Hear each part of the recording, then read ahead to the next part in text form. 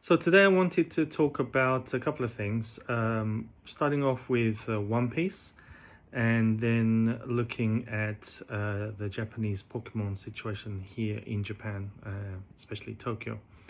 So starting off with One Piece, I have heard from some followers who are here in Japan sometimes, and also from staff at card shops, and also from Japanese collectors, that they are actually kind of selling up portions or large parts of their Pokemon collections and getting funds to buy One Piece cards.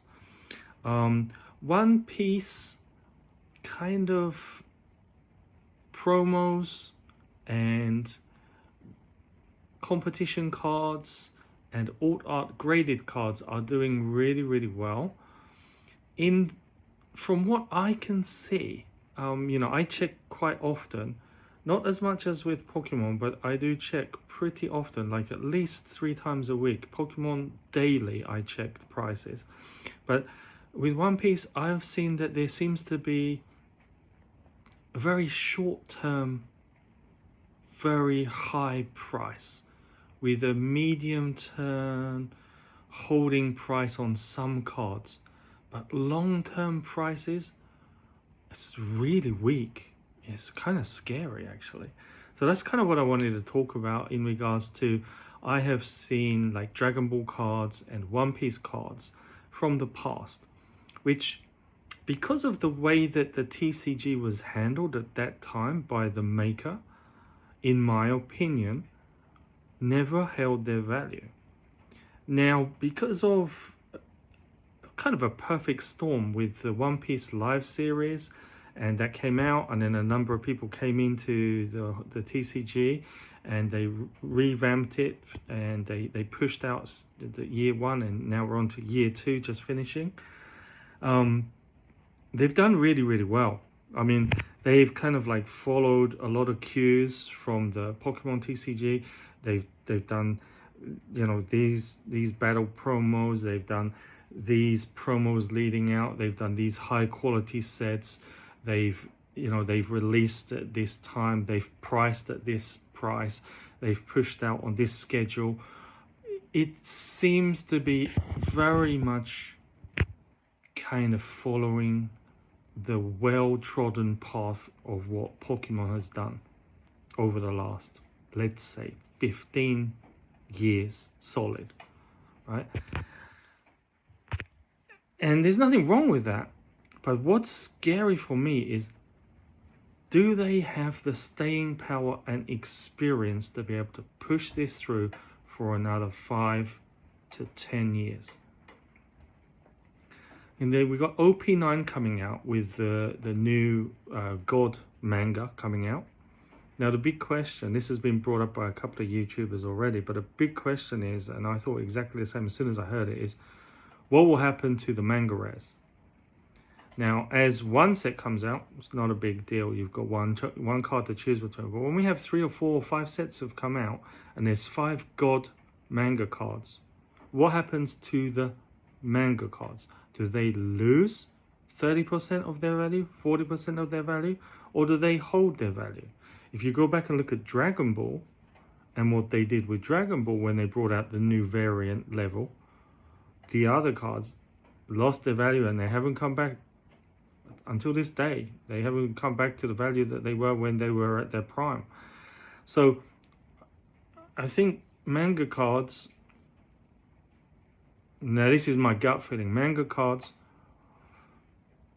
could take a really big hit over the next 18 months, depending on how much they lean into this God manga rare variant level.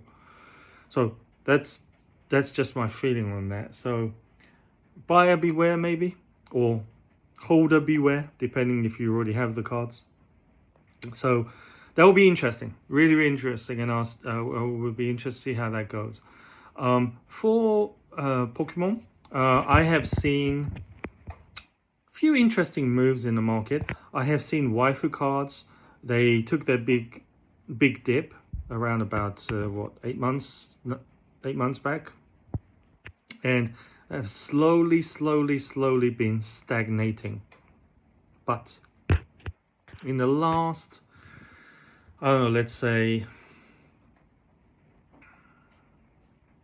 2 months, 2 months, yeah, 2 months to this 1 month, I have started to see waifu cards starting to pick up again, like Sightseer card and so on and so forth. I have started to see around about a 10 to 20% jump in the raw buy prices from card shops. The card shops won't do that if they don't think there's a future in that card at an increased price. So they are starting to buy those cards in at a higher buy rate, on the understanding that they're going to be selling those at a higher sell rate. And again, my gut feeling, but I think everybody knows this, most of the card shops set the price for the raw cards here in Japan. So if they're willing to jump in that, it's a kind of like an early green light that, you know, there's going to be more movement in the market. So I think that it could be very interesting to look at those in the short to medium term. Maybe buying now and selling in maybe 6 months to a year from now could be very interesting. So I'm looking at a few cards myself, like the Skylar card, and also a couple of the really smaller cards, the sort of like AR waifu cards, which you can pick up for like 300-400 yen at the moment. I think there might be some movement in a year from now on those, maybe two or three fold. So I'm talking, for those smaller cards, I'm talking like buying like 200-300 up, and then sort of like grading and maybe 50 of those, and then selling the rest raw when the price breaks loose on those. So that's kind of, again, that's just me, but that's something I'm considering at the moment. And then also the kind of the gold standard, which I've spoken about before, are the Pikachu cards, Pikachu promo cards. When the market goes really bad, they take a hit, but they never fall too far. And they have been creeping up again and again. So I've seen little steps and medium steps and little steps and medium steps, and they are doing very, very well. And the top cards are sort of like holding their ground with little increases of 5% here or 7% there.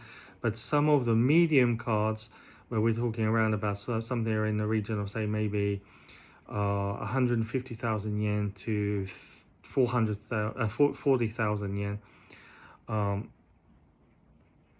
somewhere in the region of, say, let's say $100 to say $300.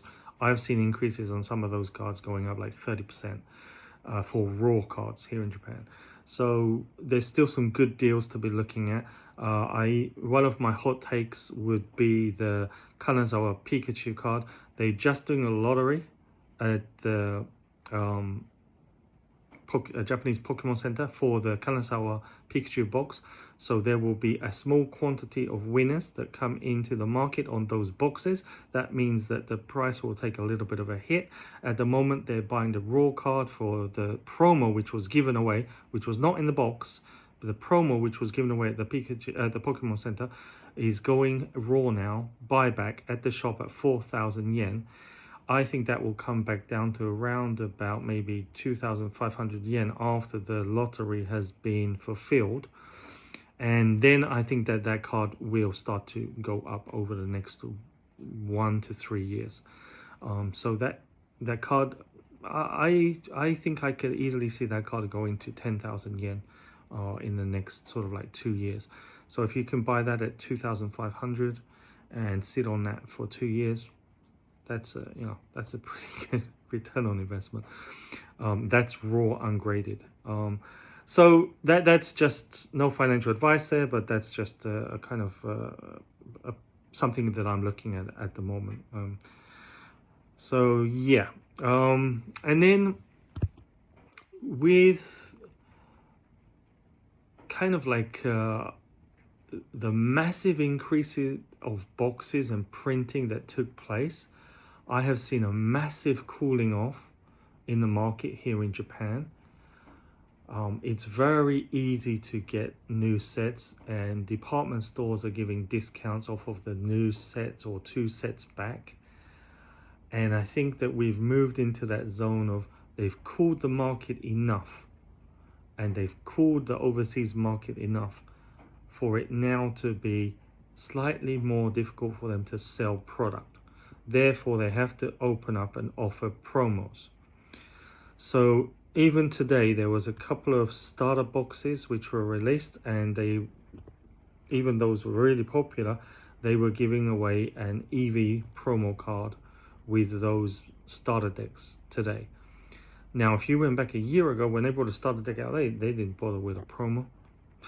They just needed to put a little announcement online, and there'd be queues out the door, and they'd sell everything out in 5 seconds and no promos. But now the promos starting to come back in the market. I really love that, because that means the boxes will do as good as the boxes do, depending on what the product is. But the promos, if they were not very accessible, or if they weren't given away for a long period of time, or if it was kind of exclusive to Japan and doesn't get reprinted, like that artwork outside of Japan, these are where the opportunities can lie sometimes. So it's a very exciting time at the moment. So there's some really, really interesting promos. And to kind of like do a full circle back to the beginning of the video, for One Piece as well, there are some amazing promos coming out in Japan, or just come out in Japan because of the summer holidays and the kids are all off, and there's been some really, really good ones. And one was a magazine, Jump magazine, where you bought the magazine, there was 5 promos in there, different promos, Yu-Gi-Oh and everything else. And then if you took the code and you paid 600 yen online, you could get 3 alternative arts which are only going to be printed here in Japan, and they will be sent out to the people who registered in November. Now that magazine is non-existent. You can't find it anywhere. It came out on the Monday, and by Tuesday afternoon, it's gone. And I check a lot of bookstores and a lot of places, and it's gone. So I was able to register for 7 sets in total. So when they get delivered in November, definitely I will do an update on that. And I think those could be a very, very good collectible. So we will see how that goes. So yeah, a bit of a rant by me as usual, but a few things from here in Japan. If anybody's got any questions, either I will post this onto my Instagram as a short, and then the full video on YouTube. So either one, if anyone drops any questions or wants to kind of like DM me, please do so. I'm always happy to answer any questions. And as usual, thank you very much for watching, and bye from Japan.